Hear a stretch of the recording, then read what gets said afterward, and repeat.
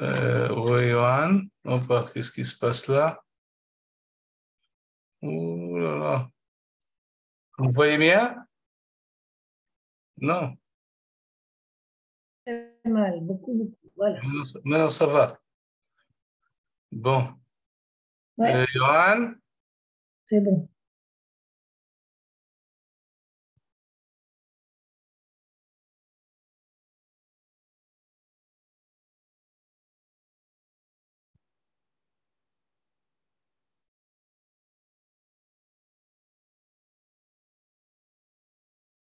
oui, Johan. Il te cherchait tout à l'heure. Bonsoir, Michael. Je crois il a une soirée avec, enfin, je sais pas, mais il t'attendait Alors, tout à l'heure. alors, Alors, ben, on va peu commencer importe. quand même à savoir s'il m'a donné la Ah main. bah oui. Alors, Euh, certainement. bon, on va vérifier ça tout de suite. Je vais faire une introduction. Je vais voir si, en attendant, il va venir. On va faire share. On va voir si ça marche. Et voilà, c'est là. Share, ça monte. Oui, ça monte. Très bien. Vous voyez ça? Très bien, on le voit bien, Très ouais. bien. Bon, alors, je ferme ça et on commence tout de suite. Et notre sujet aujourd'hui, c'est la guerre de Rachid contre la chrétienté. Et pourquoi c'est relevant, comme on dit, ça n'a rien à voir avec Parashat Tetzavé. Ça a à voir avec Parashat Zachor. Ce Shabbat, on sort deux Sifrei Torah. Et dans le second, nous lirons Zachor et Asher Asa Lecha Amalek. Souviens-toi de ce que nous a fait Amalek à la sortie d'Égypte. Il y a des périodes dans le peuple juif que pour se rappeler d'Amalek, ils n'avaient pas besoin d'une bonne mémoire. Parce que Amalek, c'était présent dans le journalier, dans le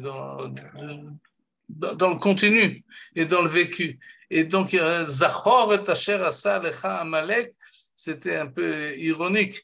Et souviens-toi ce que tu as fait à Amalek lorsque tu es sorti d'Égypte, alors qu'Amalek nous tape. Nous a tapé aujourd'hui, nous a tapé hier, nous a tapé avant-hier. Et donc, Amalek était présent. Non, il faut savoir qu'Amalek, c'est le petit-fils d'Esav, et tout celui qui a un peu appris du Midrash ou de la Gemara ou les explications de Rashi qui sont basées sur ce texte-là savent très bien que Esav, c'est Rome, c'est Édom, c'est les chrétiens. Et donc, Amalek et la chrétienté, c'est pour un juif du Moyen Âge, surtout s'il se trouve en terre chrétienne, c'est évident le rapport qu'il peut y avoir entre Amalek et ses voisins qui habitent autour de l'église de la paroisse. Et donc, quand je parle de la guerre de Rashi contre la chrétienté, et ça a à voir avec Zachor et Asher Asa Lecha Amalek, et effectivement, Rashi fait une guerre, pas avec des armes, pas avec il leur tire pas dessus. Son arme à lui, c'est Perushim, ses explications et son enseignement. Et son enseignement est orienté à combattre contre la chrétienté. Maintenant, il faut faire aussi une deuxième rectification, plutôt. On comprend. Rachid ne fait pas une guerre d'attaque contre la chrétienté. Il n'est pas, ce qu'il écrit, c'est pas pour convaincre les chrétiens qu'ils sont dans l'erreur. C'est pas ça qui l'intéresse. C'est une guerre de défense. C'est tzva hagana. C'est pas tzva hatkafa. Il fait pas, si il fait, il lui arrive de sortir de ses gonds et d'attaquer la chrétienté comme on va le voir, mais d'habitude en fait la stratégie, c'est une guerre de défense. Il faut défendre les Bnei Israël, les Juifs qui vivent dans les contrées chrétiennes devant les attaques des chrétiens, et les attaques sont difficiles. Ce sont des attaques religieuses, ce sont des attaques évidemment physiques également, mais ce n'est pas de cela qu'on parle, mais on parle essentiellement des essais et des assauts que faisaient les prêtres les curés, les papes dans le monde chrétien pour pouvoir essayer de convaincre et d'attirer vers eux les Juifs qui habitaient autour d'eux. Et si ça n'allait pas par la bonté, ça allait par la menace. Et tous les moyens étaient employés pour essayer d'influencer les Juifs à se christianiser. Et Rachi, entre autres, a pris sur lui cette chose-là de combattre, d'être le protecteur du judaïsme. Et il a pas mal réussi, il faut le dire. D'abord, tout ce que je vais dire se base sur sur ce livre-là. Vous le voyez bien, peut-être vous le voyez à l'envers, moi je le vois à l'envers, je ne sais pas si vous le voyez à l'endroit. C'est bien, oui. Alors, ça va. Rashi va pulmus à Yehudi à Notzri. Autrement dit, Rashi est le pulmus, la discussion judéo-chrétienne. Sur celui qui a écrit ces livres-là s'appelle professeur Avraham Grossman, que peut-être vous connaissez, Khatan Pras Israël, il a reçu, c'est un historien, et c'est de ça qu'il parle dans ce livre. Dans la couverture, là, il a mis une citation, et dans cette citation, est tiré de l'explication de Rashi dans le livre de Daniel, et dans lequel il s'agit on parle de la Géoula future que Daniel prévoit, et d'ailleurs, il donne des remazim, des allusions, quand est-ce qu'elle sera exactement. Alors le verset dit, les chachamim, les nevonim comprendront les allusions, mais les rechaïm, eux, ils ne comprendront pas. Et Rashi nous explique qui sont les rechaïm, shelo yavinu, comme c'est marqué, haminim talmidei Yeshu hanotzri. Qui c'est qui n'ont pas compris le calcul de la délivrance effective? Ce sont les minimes, les mécréants, les sectaires, les élèves de Jésus le Nazaréen. Et cette citation-là est tirée de son explication sur le livre de Daniel, Taviad Vina, du manuscrit de Vina. Tous ces éléments-là sont importants. Pourquoi c'est important? Parce que dans l'histoire de Rashi, dans sa biographie, il y a une date importante, entre autres, c'est l'année 1096. Je ne sais pas si ça vous dit quelque chose, cette année-là, 1096. Rashi était déjà assez âgé, mais en 1096, il y avait un pape qui s'appelait Urbain II, qui a eu l'idée, saugrenue un peu, de ramasser ses ouailles et d'organiser une croisade pour aller libérer le tombeau qui se trouve à Jérusalem de la main des mécréants, comment dire, des musulmans. Et beaucoup se sont enthousiasmés de cette démarche. Et comme ça a commencé la première croisade en 1096. Et ils sont arrivés ici à Jérusalem en 1099. Mais entre-temps, ils se sont organisés, ils se sont entraînés et ils ont essayé de ramasser de l'argent et des armes, etc. Et la meilleure manière qu'ils ont trouvée pour faire cela, c'est d'attaquer, parce que Jérusalem, c'est loin, mais les Juifs, ils habitent là dans le quartier à côté. Alors pourquoi aller jusqu'à Jérusalem pour combattre les mécréants alors qu'on en a un ici? Et comme ça ont commencé les croisades qui, dans l'histoire juive, on se rappelle, est une catastrophe. On s'appelle Zerot Tatnu, selon le Taf Nun Vav, 1096, et c'était à l'époque de Rashi. Et ces ordres-là qui ont tué et massacré et menacé les communautés juives, essentiellement dans la vallée du Rhin, ils ont rencontré dans les villes de Mayence et de Worms, etc., les maîtres de Rashi. C'est chez eux que Rashi avait appris. Et donc, cet événement-là était très traumatique.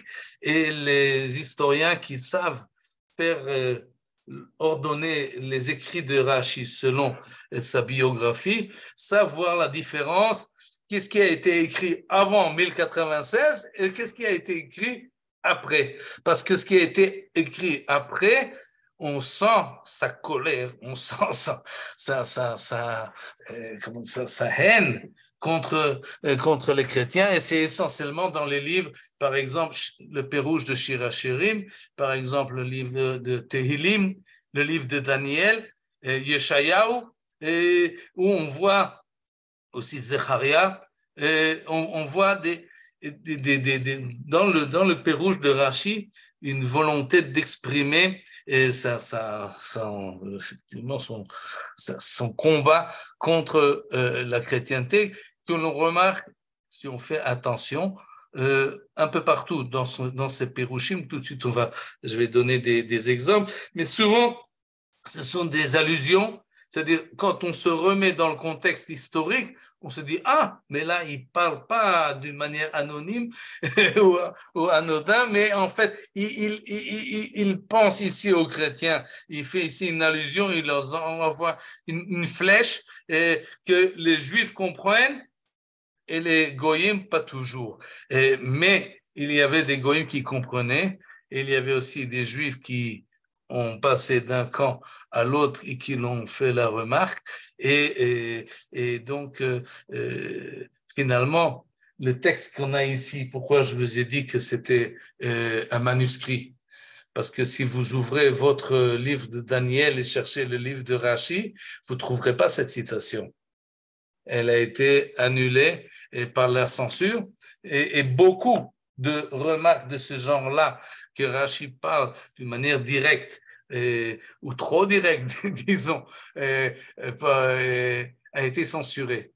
Et donc, il faut revenir et c'est ce qu'a fait le professeur Grossman, il a recherché les manuscrits, les textes plus authentiques de l'explication de Rashi, et il a effectivement trouvé des remarques qui sont directes et des fois qui sont indirectes concernant la chrétienté qui sont tout autour. On va voir quelques exemples, comment Rashi fonctionne et travaille et enseigne. En fait, c'est pas le Rashi l'enseignant, c'est plutôt le Rashi le dirigeant, le leader qui prend sur lui la responsabilité et d'orienter sa communauté et d'essayer de la remettre sur pied malgré les attaques de tous les chrétiens qui les entourent. Je vais faire ça un peu plus. Voilà, comme ça c'est assez grand. Bon, on va commencer par... Non, ça on va laisser peut-être pour la fin. Non, on va commencer par ça, c'est très bien. Shirachirim. 3 versets de Shirachirim. On va le lire tout de suite en français. Je me suis dit, je monterai au palmier, je saisirai ses rameaux, que tes seins soient pour moi comme des grappes de la vigne et l'odeur de tes narines comme celle des pommes.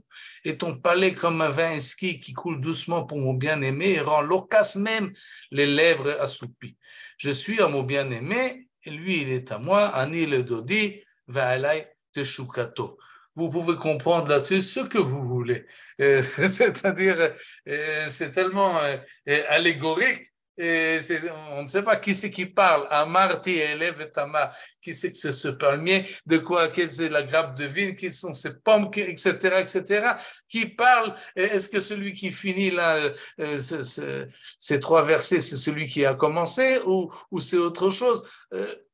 Les explications sont infinies sur ces textes-là. L'explication de Rashi sur Shirachirim, il est formidable. On n'a pas le temps de voir toute la Megillah, mais c'est vraiment une explication fantastique. Je dirais seulement un mot d'introduction. Rashi explique Shirachirim comme s'il a été écrit à son époque. Il dit que Shlomo HaMelech a vu Beruach HaKodesh, la galoute, et alors, au XIe siècle, il écrit comme s'il était au XIe siècle, il écrit Shirachirim, il se rappelle ce qu'il y avait, il compare la situation actuelle et il espère pour le futur. Mais c'est un texte que Rashi explique comme s'il a été écrit à son époque, comme s'il confondait Shlomo ben David, Melech Yerushalayim, et Shlomo ben Yitzhak, c'est ce nom de Rashi, et à trois. Et c'est vraiment formidable. En tout cas, dans ces trois versets-là, d'ailleurs, il fait des allusions à la chrétienté beaucoup dans Shir Hashirim, et il dit Amarti Elev et Tamar, comme c'est celui qui parlait, c'est Akadosh Baruch Hu qui parle à ses compères, soi-disant aux anges, et dans Chaylot Shel Mala, aux anges en haut, il leur dit voyez mes enfants, Ma'aleh Bachem she'et ale ve'et kadesh al yadchem batachtonim, voyez mes enfants là en bas, ils vont me sanctifier et ils vont m'élever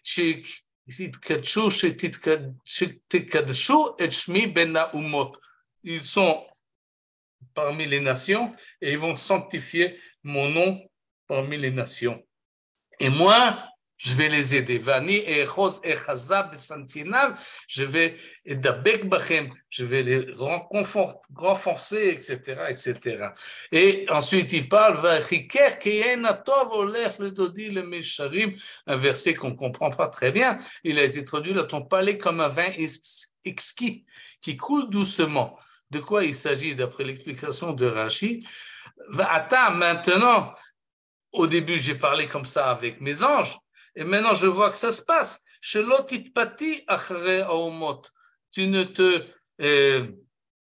plies pas, tu réponds pas aux appels des peuples qui sont autour de toi.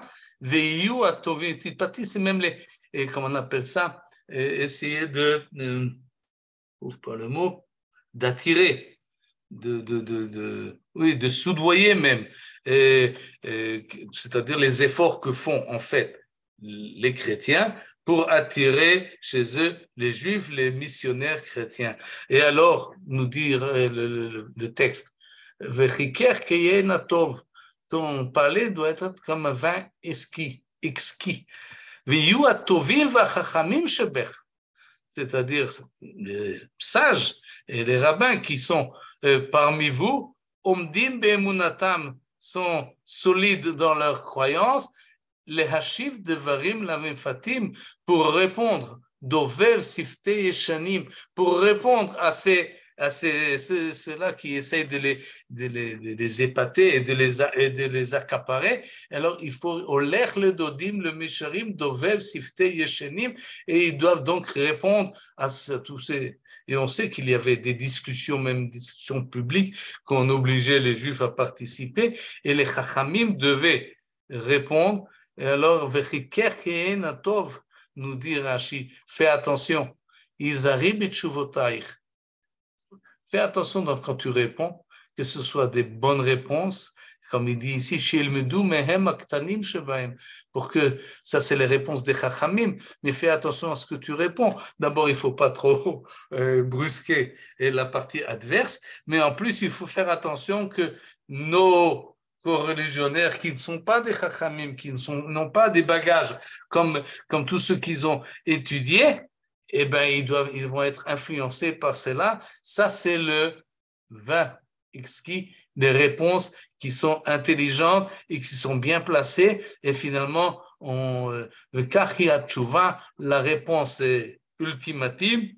Ani le dodi, vegamhu mishtokekli, ani le dodi ve'alai teshukato. Je reste fidèle à mon bien-aimé et lui, il reste fidèle à moi. Et comme ça, Rashi interprète ces trois versets qu'on aurait pu interpréter de mille autres manières. Mais pour Rashi, quand il lit ces versets-là dans la communauté de Troyes en 1100 quelque chose, ou même peut-être encore avant, alors c'est ça qu'il voit dans le verset, c'est ça qu'il pense, c'est cette manière-là qu'il doit expliquer les Chachamim, le rôle des Chachamim, c'est de renforcer le judaïsme, donner des bagages assez forts pour qu'ils puissent résister devant les attaques de la chrétienté. Et cela, il le fait on peut dire, de deux voies. La première,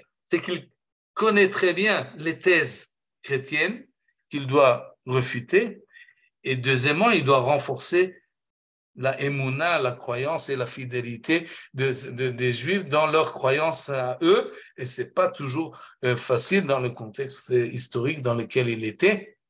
Et on va tout de suite maintenant voir des exemples concrets d'explications. J'ai choisi ici un texte du Talmud. Rashi a expliqué évidemment tout le Talmud. Et entre autres, au début du Talmud, dans le Masechet Brachot, on nous raconte une histoire que Rabbi aussi est rentré dans une khurba, dans une ruine. Et Eliyahu Hanavi le rencontre là-bas.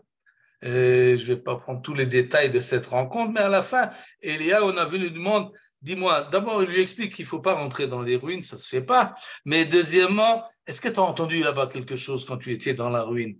Il dit, oui, j'ai entendu comme une voix de colombe et qui roucoulait et qui disait, Oy labanim shebavonotehem echavti et beti, malheur aux enfants, qu'à cause de leur péché, j'ai dû déchirer ou echavti je ne sais pas pourquoi je ne trouve pas le mot, Khurban. Comment on dit Khurban? Destruction. J'ai dû détruire ma maison et j'ai brûlé et mon temple, Veigletim levena umot, et je les ai renvoyés en exil parmi les nations.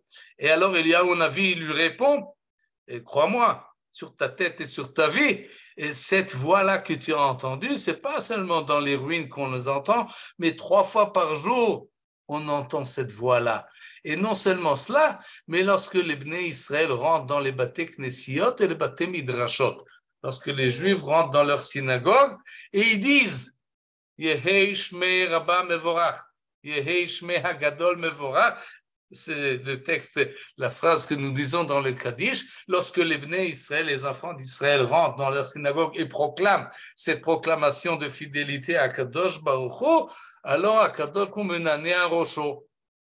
Il acquiesce dans sa tête, il fait c'est bien, eh ben c'est bon. Et il dit Ashrei Hamelech shemekalsim oto beveto kach.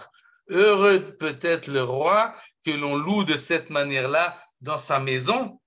Malolaav shigla et banav. Comment c'est dommage pour le père qui a exilé ses enfants. Ve'oy lahem labanim, et malheur à ses enfants qui ont dû être exilés de la table de leur père. Et voilà le texte de la Gemara que beaucoup ont compris, parce que ça coule de source, qu'en fait, qu'est-ce qui se passe ici? Akadosh est content que même en Galoute, le peuple juif le loue.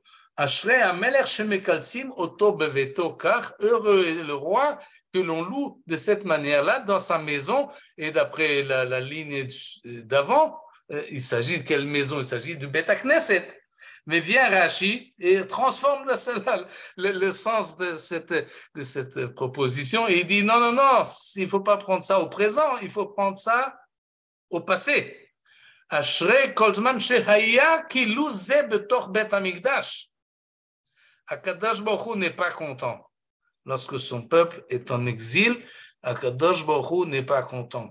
Alors qu'est-ce qu'on fait de cette phrase-là? Heureux est le roi. Oui, il était heureux lorsqu'il y avait un Bet HaMikdash et qu'il entendait dans le Bet HaMikdash cette phrase-là, Amen Yehei Shmei Rabba Mevorach. Et là, on voit la force de Rashi qui transforme en fait cette phrase-là parce que c'est une phrase dangereuse.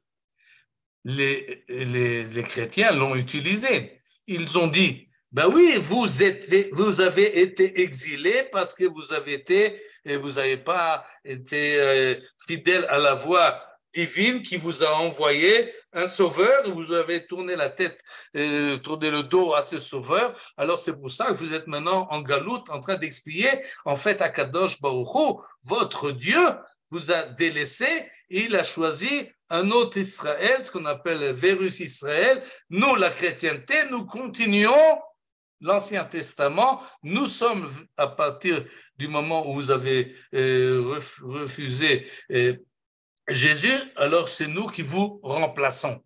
Et vient Rachi, d'une manière très subtile, il dit non, non, non, c'est pas du tout comme ça. Prenez pas cette phrase de cette manière-là. Dieu accompagne le peuple juif dans la galoute et il attend qu'on revienne au Beth Amikdash qui se trouvait à Yerushalayim et il nous a pas abandonnés du tout et il nous suit, il continue à nous suivre. Cette idée-là, Rachi la mène assez souvent que Imam Anochi Betzara, Akadosh Baruch Hu, Dieu, Galut, Shrinata Galut, comme on veut l'exprimer, Akadosh Baruch Hu est lui-même en exil lorsque son peuple est en exil. Et cette identification de l'exil est un réconfort en fait. Et ça veut dire que quand nous sommes exilés, il est avec nous. Et ça veut dire également que finalement, nous serons délivrés. Et je ramène ici un autre texte que tout le monde connaît d'ailleurs dans le livre de Shemot, lorsque Moshe Rabbeinu demande à Dieu comment ils vont me demander quel est ton nom, comment tu t'appelles. Alors il lui dit Eheye Asher Eheye, qui est assez, comment dire, chidati. C'est assez une devinette, cette formulation-là. Eheye Asher Eheye. Je suis. Alors, évidemment, il y a beaucoup d'explications au sens philosophique, au sens avec la gematria, avec tout ce que vous voulez, mais Rashi explique, l'explication connue, Eheye Asher Eheye, Eheye Imam Betzara Zo, je serai avec eux dans cette pénible épreuve de l'exil égyptien, mais je serai également avec eux dans toutes les autres épreuves qui viendront par la suite. Asher Eye Imam Beshibud Sha'ar Malchuyot, je les abandonnerai pas dans aucune des épreuves. Et on connaît la suite. Alors Moshe leur dit, à Kadafou, mais je vais pas leur dire qu'il y en aura d'autres. Bon, alors on ne dit pas. mais l'idée est retenue, c'est-à-dire celui qui lit l'explication là de Rashi. Encore une fois, en France, en Navarre, au début du XIe siècle ou du XIIe siècle, il comprend très bien le message et il est renforcé par cela. Ayez, Asher, ayez. Et Rashi reprend cette idée-là assez souvent dans toutes les formes et dans toutes les manières. Et on va voir un autre exemple avec ce chapitre-là de Yeshayahu, d'Isaïe, chapitre 53. Voilà ce qui est marqué là-bas. On va le lire en français directement. Mépriser, repousser des hommes, homme de douleur, expert en maladie. Il était comme un objet dont on détourne le visage, une chose vile dont nous ne tenions nul compte. Et pourtant, ce sont nos maladies dont il était chargé, nos souffrances qu'il portait, alors que nous le prenions pour un malheureux atteint, frappé par Dieu, humilié. Et c'est pour nos péchés qu'il a été meurtri, par nos iniquités qu'il a été écrasé. Le châtiment, gage de notre salut, pesait sur lui, et c'est sa blessure que nous a valu la guérison. Je ne sais pas quelles sont vos connaissances en théologie chrétienne, mais ces versets-là d'Isaïe, il était évident pour tout chrétien, certainement pour ceux qui prêchaient dans l'Église, de qui on parle ici. Eh bien, on parle de Jésus, le Fils de Dieu qui vit à Chol, et de lui. Lui, il a été méprisé, repoussé des hommes. Quels sont les hommes qui l'ont repoussé, qui l'ont nargué, qui se moquaient de lui et qui n'ont pas compris? Il s'agit des Juifs. Oui, c'est de eux qu'il s'agit. Eux ont méprisé, eux ont repoussé cet homme-là. Et pourtant, il a souffert, effectivement, et sa souffrance amène la délivrance à l'humanité entière. Autrement dit, Jésus a pris sur lui la souffrance du monde, etc., etc. Une idée très centrale dans le judaïsme et même très plastique. Tout celui qui voit les blessures de celui qui est crucifié dans les églises, c'est une image très forte. Et il souffre pour d'autres qui ont fait des fautes, et donc sa souffrance nous amène guérison. Comme ça, l'explication qui court les rues et les ruelles du monde chrétien, c'est presque, on peut dire, le pshat de Yeshayahu pour ces chrétiens. Et ça, Rashi le sait très bien. Et donc, lorsqu'il vient interpréter le livre de Yeshayahu, il interprète pas du tout comme ça, évidemment. Il ne s'agit pas d'un homme qui a été méprisé, qui a été repoussé, etc., et qui prend sur lui la souffrance universelle. Non, c'est pas cela. De quoi il s'agit? Nivze vechadal ishim. Haya ken derech hanavi hazeh maskir kol Israël keish echad. Al tira avdi Yaakov. C'est un texte très court de Rashi, mais qui change entièrement le sens de l'histoire. De quoi il s'agit ici? Et d'ailleurs, ceux qui parlent au début du chapitre, je n'ai pas ici amené le verset 1, mais au début du chapitre, Rashi nous dit, c'est celui qui parle, c'est les nations. Akum, Ovdei Kochavim ou Mazalot. Eux, ils parlent. Et de qui ils parlent? Du peuple juif, ils parlent. Pas d'un homme, bien que c'est Nivze Vechadal Ishim, c'est au singulier. Ishmach Ovot, oui, tout ça c'est un singulier. Mais alors nous dit Rashi, oui, c'est parle en singulier, mais on parle du peuple juif, parce que l'habitude de Yeshayahu, quand il parle du peuple juif, il en fait une généralisation. Et Ken Derech Hanavi Azeh, ça c'est sa méthode de ce prophète-là. Maskir Kol Israël que Ishechad. Il rappelle, il parle d'Israël comme une identité au singulier, mais de cela il s'agit du peuple juif. Le peuple, alors il faut relire tous les versets. Le peuple juif est méprisé, repoussé des hommes, hommes de douleur, on souffre. Et pourtant, ce sont nos maladies, nous, de qui? Des nations.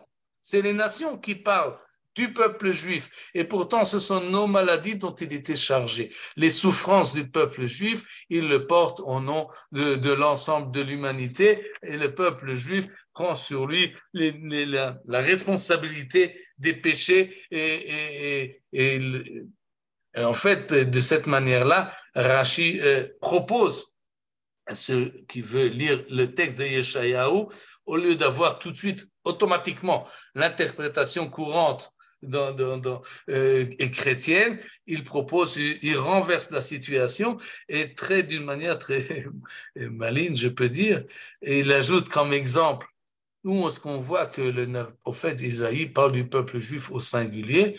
Ben, je te donne un exemple. Al tira avdi Yaakov. Alors évidemment, celui qui lit ça, n'aie pas peur.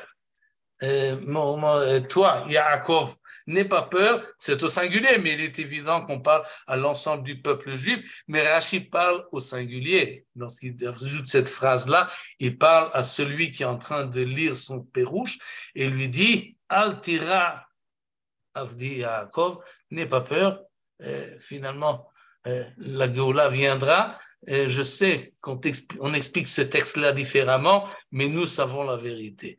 Et ce n'est que des exemples que je choisis un peu partout, qui sont amenés dans ce livre, qui est vraiment très bien écrit. Et d'ailleurs, il a eu un pras à Nassi de Bar-Ilan. Oui, et on va voir tout de suite troisième exemple dans un verset connu également, et qui également les chrétiens ont interprété à leur avantage. Vayomer Elohim naase Adam betzalmenu kidmutenu. Et tout le monde se pose la question, pourquoi est-ce que Dieu parle au pluriel? Nous allons faire. Réponse chrétienne, parce que nous, c'est toujours trois. Il y a la Trinité, il y a le Père, le Fils et le Saint-Esprit. Et Vayomer Elohim naase Adam betzalmenu kidmutenu. Et Rashi on va commencer par la fin. C'est là, ensuite, je vais lire ce qu'il y a avant. Et il nous dit la chose suivante. Afalpi shelo siyu beyetzirato. Akadosh Baruch Hu s'est adressé, d'après l'interprétation de Rashi, évidemment pas, parce que c'est aberrant. Il parle à son fils pour dire on va faire un homme. Ça va pas. Il y a quelque chose de logique qui marche pas. Et pour l'interprétation de Rashi, il s'agit Naase, Akadosh Baruch Hu parle aux malachim, aux anges. Tout de suite, on va voir ce qu'il va leur dire. Mais ajoute Rashi d'une manière très ouverte. Veyesh makom lamedim lirdot. Et ce verset-là donne possibilité aux minimes. Minimes, ce sont les chrétiens, ce sont les sectaires, c'est-à-dire la secte chrétienne, qui, et il y a dans ce verset, dans ce pluriel-là, makom, une place aux arguments de ceux qui ne veulent pas être monothéistes et veulent accepter une trinité. Et bien que c'est possible, qu'il y a makom, lo nimna katuv. Le verset n'a pas changé son style à cause des imbéciles qui peuvent le comprendre différemment. Et la Torah a laissé le pluriel. Maintenant, pourquoi est-ce que ce pluriel-là est important? Nous dit Rashi. Nous apprenons ici la modestie, l'humilité du Créateur. Pourquoi? Le fichier Adam bidmut malachim, l'homme, quel homme? Tout homme, et ressemble d'une certaine manière aux anges. Et alors ils peuvent, les anges peuvent être jaloux de l'homme. Alors il dit, bon, puisqu'il y a ici concurrence, puisqu'il y a ici, il peut y avoir ici divergence et combat, ou plutôt concurrence, c'est le meilleur mot, je vais prendre conseil des malachim. Et là, Rashi continue et il dit, ou bien que finalement, c'était rhétorique. Il a demandé conseil, comme si il avait besoin de leur accord des malachim, parce que des fois, en politique, il faut faire comme si tu demandes. Tu fais participer à la discussion pour faire pour que tout le monde accepte finalement ton projet. Et c'est une forme d'humilité. Et il faut le faire évidemment d'une manière assez subtile pour que ça attrape, pour que ça marche. Bien que finalement, non, les anges n'ont pas participé à la création de l'homme. Et cependant, on peut comprendre ça différemment. Peut-être qu'il est trois. Non. Malgré le danger d'une incompréhension, et on peut peut-être penser qu'il y a ici, pas un monothéisme, mais plusieurs forces divines, malgré cela, la Torah ne s'est pas empêchée de nous enseigner derech eretz, la bonne manière de se conduire, ou midat anava et la qualité de la modestie. Sheyeh hagadol nimlach venotel reshut minakatan, que celui qui est supérieur prend conseil et demande la permission à celui qui lui est inférieur. Ve'im katav ve'eseh adam, parce que s'il y a été marqué et c'est Adam, comme on aurait pu s'attendre, alors on n'aurait pas appris cette belle idée-là. Lola manu she'em medaber im bedino. On n'aurait pas appris qu'Akadosh Baruch Hu parle aux anges qui sont dans son cabinet, et là, imatzmo, mais avec lui. Utshuvat haminim katav betzido. Et le fait que, oui, j'ai raison dans mon interprétation, c'est parce que c'est marqué Naase Adam, mais il y a marqué Vaivra Elohim. Là, il y a un singulier. Donc, toute cette posation de questions, cette question posée là, pourquoi il y a un pluriel? Ce n'est qu'un pluriel pour nous enseigner la modestie. Et bien qu'il y a un danger d'incompréhension, Akadosh Baruch Hu a pris le risque. Et il a marqué un pluriel pour qu'on comprenne que l'homme doit être modeste. Et vraiment, il y a un enseignement important de Rashi, mais je vais reprendre le Rashi tout de suite avant, qui nous dit la chose suivante. Ici aussi, il a ramené des exemples de Melachim et de Daniel pour montrer qu'effectivement, il y a autour d'Akadosh Baruch Hu, Tzava, Shamaim, des anges qui sont tout autour, mais là aussi, il a demandé la permission aux anges, Ve'amar lahem, il leur a dit, Yesh ba elionim kidmuti. Il y a dans les mondes supérieurs des êtres qui me ressemblent. Par exemple, les anges. Im en batartonim kidmuti, s'il n'y aura pas dans les mondes inférieurs quelque chose qui me ressemble, alors je porte atteinte et je place la jalousie et la compétition dans la création pour que les mondes supérieurs et le monde inférieur soient en harmonie. De même que dans les mondes supérieurs, il y a des anges qui me ressemblent, je dois créer en bas quelque chose qui me ressemble. Et c'est pour ça qu'il dit Naase Adam. Et là, je crois que Rachid donne en fait la réponse au minime. La réponse est, tu veux chercher quelque chose qui est Kivyachol, le Fils de Dieu, quelque chose qui ressemble à Dieu, mais il n'y en a pas un. Il y a toute une humanité qui est comme ça. Tous les hommes sont comme ça. Toute la création de l'homme et tous les hommes sont faits de telle manière qu'ils ressemblent au Créateur. Et à ce moment-là, évidemment, il faut leur enseigner, parce qu'ils ressemblent au Créateur, il faut leur enseigner la modestie. Et il faut donc prendre ces midrashim que Rashi a choisi et qui les a placés là pour interpréter le texte. Il ne faut pas oublier ce que nous avons vu dans les semaines précédentes. Il y a des questions textuelles qu'il faut répondre.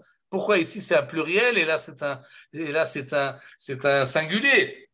Et le pluriel lui-même doit être expliqué. Donc, il faut chercher des réponses. Et Rachid trouve des réponses, mais il aurait pu trouver d'autres réponses comme les autres interprétateurs. Mais là, il prend le chemin de refuter, de repousser, de refouler l'interprétation chrétienne. Il le dit explicitement. Veyesh makom laminim, il en parle d'une manière très ouverte et il propose son interprétation qui finalement dit aux bons juifs qui étudient Perush Rashi, Parashat Hashavua, Parashat Bereshit, moi, je suis ressemble à Kadosh Baruch Hu.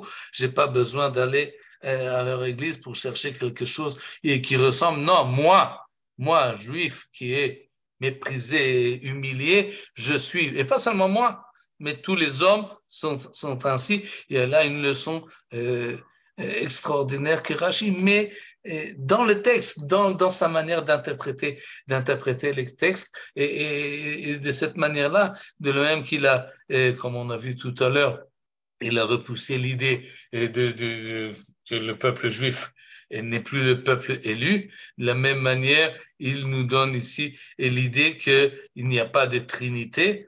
Il fait un combat anti-chrétien évident.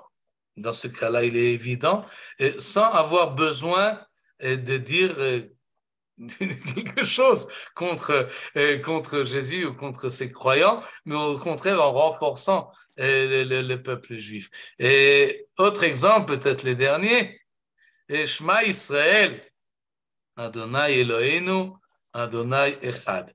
Et tout le monde connaît ce verset-là. Mais pas tout le monde l'interprète de la même manière. Et d'habitude, on explique, écoute Israël, comprends Israël, que l'Éternel, notre Dieu, il est un.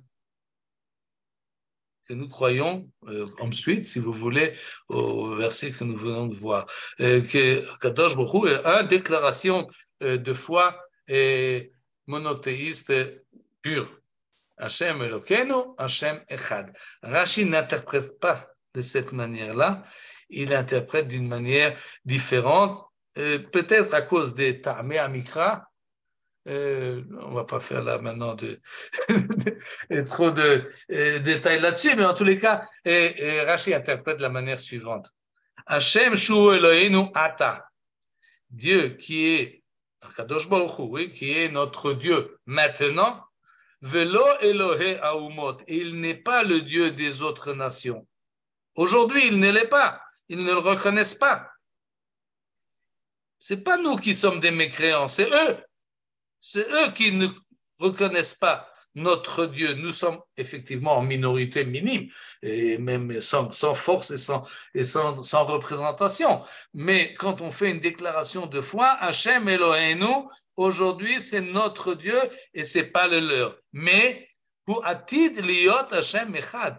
Finalement, tous ces missionnaires-là qui nous tournent autour et qui nous menacent et qui nous soudoient, eh bien, eux, finalement, vont finalement reconnaître la vérité et seront Hu atid liot Hashem echad. Hashem Eloheinu, yeh Hashem echad. Il sera unifié, un peu comme la même idée qu'on avait dans le du livre de Bereshit, qui unifie en fait toute l'humanité en tant que représentant le divin sur cette terre. Hashem Eloheinu ata velo Elohe amot ou atid liot Hashem echad.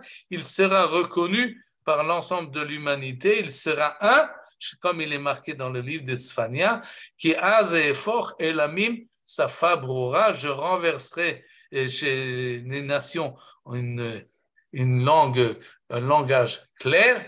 Likro kulam beshem Hashem. Ils appelleront tous au nom d'Akadosh Baruch Hu, et il est marqué dans les versets Zacharia, Bayom Ahu, Yeh Adonai Echad, Ushmo Echad, et cela viendra. Et encore une fois, c'est pas un verset, comment dire, un verset parmi d'autres. C'est le verset que tout le monde connaît, c'est le verset que l'on dit matin, midi et soir, que l'on dit à la Brit Mila, qu'on dit avant de fermer les yeux quand on va dormir et quand on va trépasser.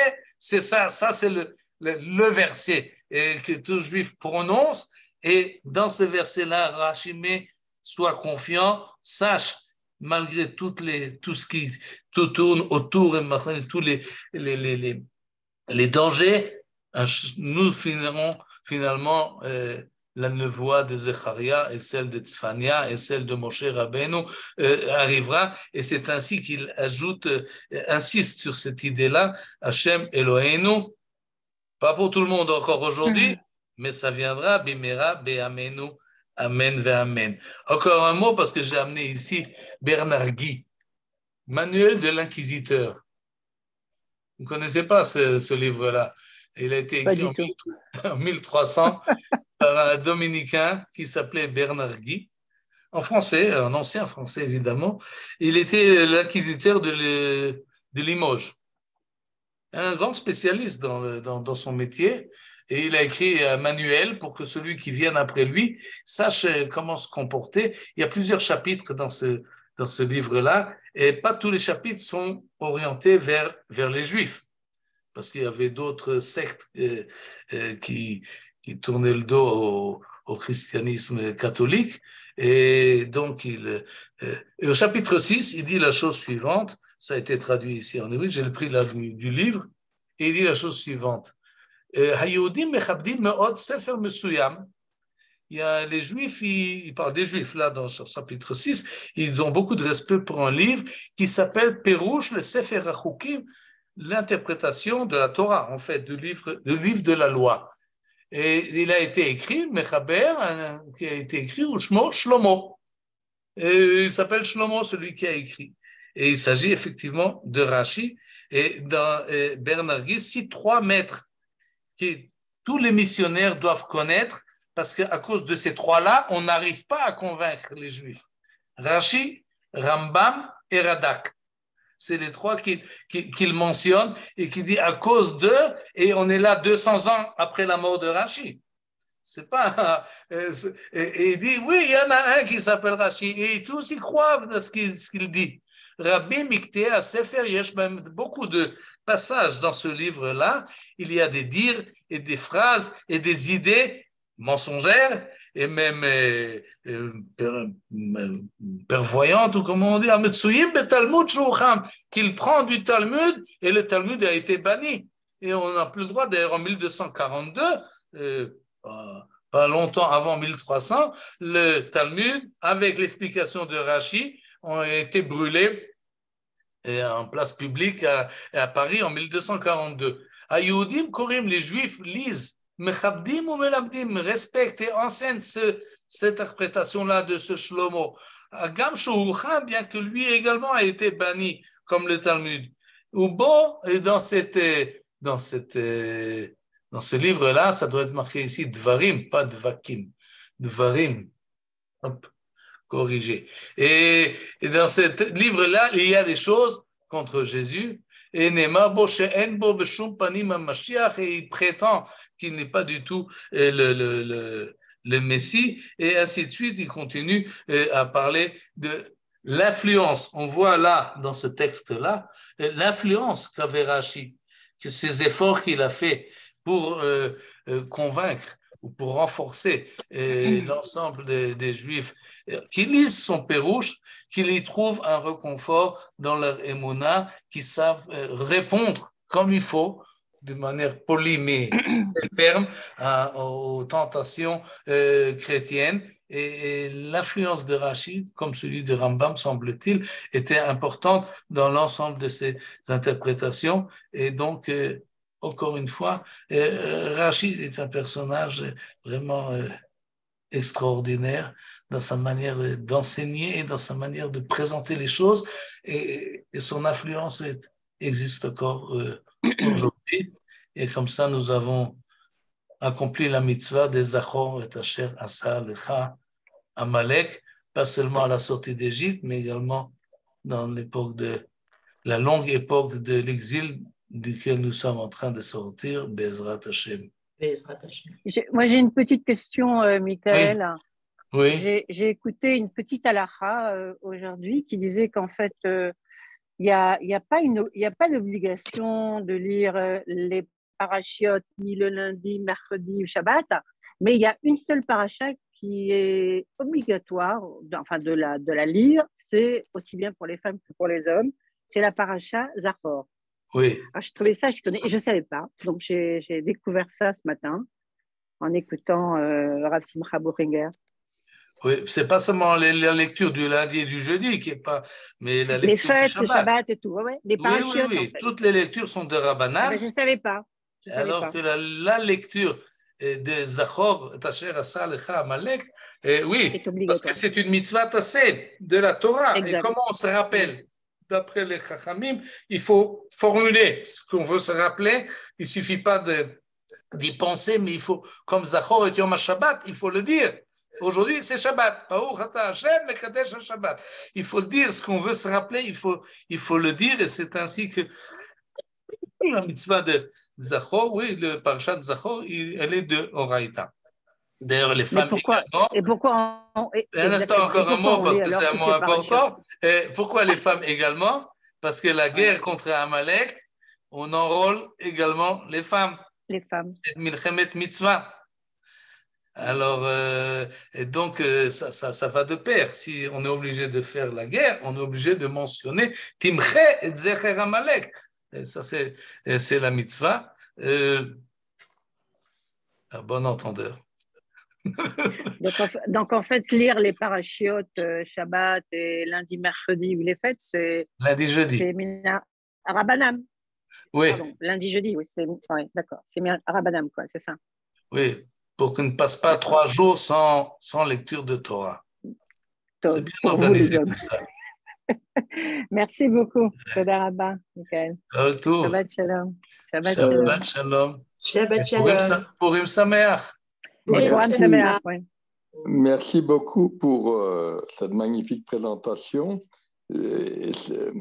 Bon, quand on parlait de Rashi, c'est normal que vous avez consacré que Amalek, c'est le christianisme. Est-ce que vous qui connaissez les autres interprètes et aussi dans le monde musulman, est-ce qu'il y a eu d'autres interprètes qui ont attribué à Amalek d'autres oui, évidemment. D'autres symboles, d'autres idéologies, quoi. Oui, mais même nommé, c'est-à-dire tout celui qui voulait Haman, par exemple, c'était pas un chrétien, c'est évident. Et il y en a d'autres, pas seulement tous ceux qui voulaient combattre contre le peuple juif d'une manière totale, ou même pas totale, même locale. Oui, on les appelle Amalek. Tous les antisémites d'une manière générale, parce que celui qui, comment on dit, Kuma Hashem, ve'yafutsu oyevecha, ve'yanusu mesanecha mipanecha. Et là, Rashi aussi explique qui sont ceux qui détestent Dieu. Comment est-ce qu'on déteste Dieu? Eh bien, on poursuit Israël. Ça va de pair. Et donc, tout celui qui poursuit Israël est considéré comme Amalek. Mais c'est assez symbolique, il ne faut pas prendre ça biologique, mais il y a dans le monde, dans l'existence humaine, il y a un élément qui est anti-divin, anti-Israël, anti-bien, anti-bon. En fait, et souvent, on peut remarquer que ceux qui sont antisémites, ils ne sont pas seulement antisémites. Ils sont haineux envers, ils sont des tyrans, ils sont des gens mauvais d'une manière beaucoup plus large. Et le fait qu'ils soient antisémites, ce n'est qu'un symptôme évident. Il y a aussi notre Amalek intérieur, alors, avec ce qui se passe. Il y a aussi cette explication d'Amalek intérieur qui se trouve dans chacun. Ouais. Effectivement, mais oui, il ne faut pas. Les gens de Moussard ont fait, et c'est vrai. C'est-à-dire, il y a le mal qui existe, il faut le combattre là où il se trouve, et souvent il se trouve dans nous-mêmes. À l'intérieur, exactement. D'accord. Quand on est conscient, c'est déjà la moitié du travail fait. Je voulais donner comme illustration, comme vous l'avez cité, le verset d'Isaïe sur la souffrance et la récupération de la souffrance. C'était l'illustration qui était l'implantation de la grande croix à Auschwitz par le Carmel. Alors que ce lieu n'était pas un lieu, comment dit-on, d'enjeu chrétien, de présence chrétienne. Et comme il y a eu c'est un lieu de souffrance, le christianisme est venu planter sa croix. Oui, peut-être qu'il voulait signer sur le meurtre. Mais il ne voulait pas en faire un couvent, non, pour les... Si, si. C'était un couvent. Oui. C'était les femmes aberrant quand on y pense. Donc, il y a eu un grand effort pour le faire retirer, ce qui a été obtenu. Oui. En partie, parce qu'il y a... Dans un coin, il y a quand même... Weiss, entre autres, oui. Oui, je me rappelle de cette histoire. Bon, eh bien, merci beaucoup. On ait des bonnes nouvelles. Ensemble du peuple juif et Purim Sameach. Purim Sameach. Bye bye. Bye bye. Bye bye. Merci beaucoup. Shalom, shalom. Karine, bonjour tout le monde. Shalom. Shalom, Michael. Bye bye. Je n'ai pas pu venir avant. Ah oui, tu arrives? Je suis venue il y a 20 minutes. Je les réécouterai, ça va passer sur YouTube. Ça va repasser après. Il y aura un replay de Yohan. Oui. Toda rabba. Kol tov, Shabbat shalom. Toda rabba, Shabbat shalom. Purim sameach lekulam. Bye. Purim sameach.